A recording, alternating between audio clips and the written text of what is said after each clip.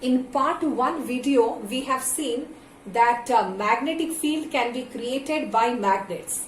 But a current carrying conductor can also create a magnetic field was first observed by Hans Christian Ørsted in the year 1820.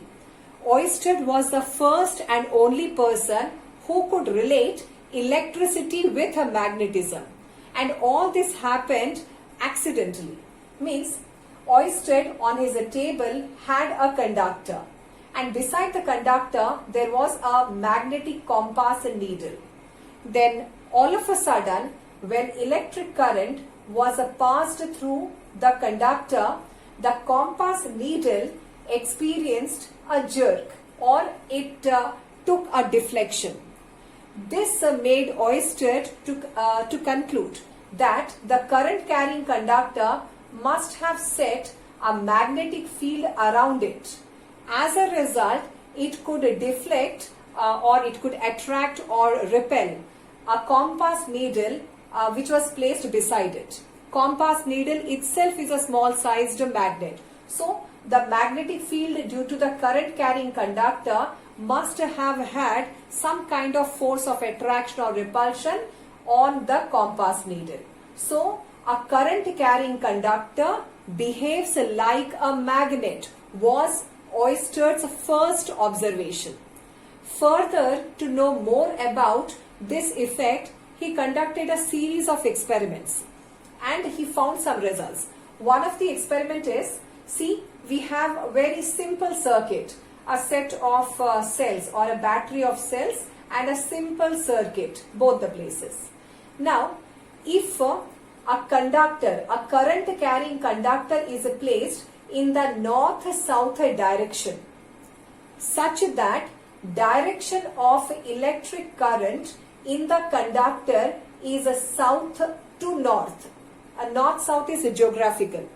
So, if a conductor is placed in north-south direction, such that the direction of current is south to north, then the compass needle which is placed below it takes a deflection to the west of the current carrying conductor. So this is one of the observation.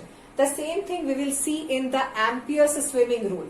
If a person is swimming along the direction of a current carrying conductor with his head along the current direction and his face downward, where the compass is placed. Compass is placed below the current carrying conductor.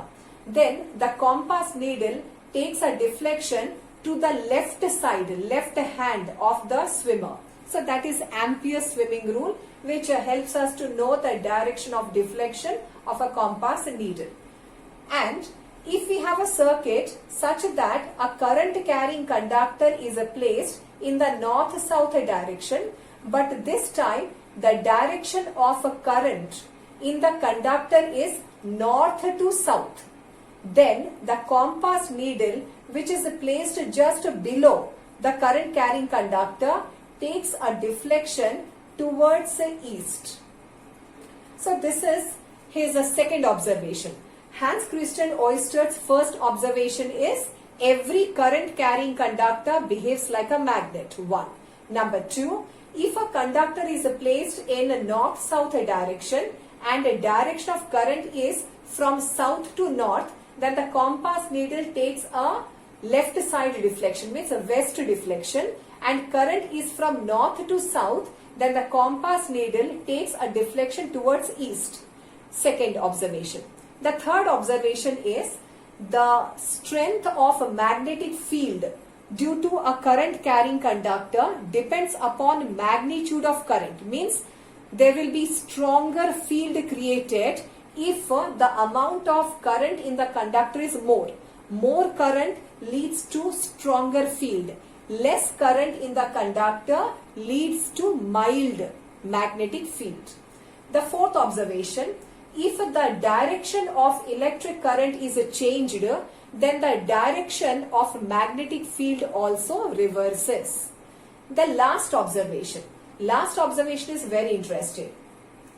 If there is a current carrying conductor and we take a compass needle as we move the compass needle around it, means from bottom to left side to top and right side, again bottom. That means we have a straight current carrying conductor and we take a compass and just move it around it.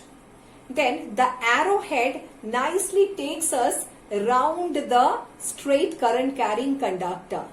This hints that for a straight current carrying conductor, magnetic field is around it in form of a circle, and that too in a plane perpendicular to the direction of electric current.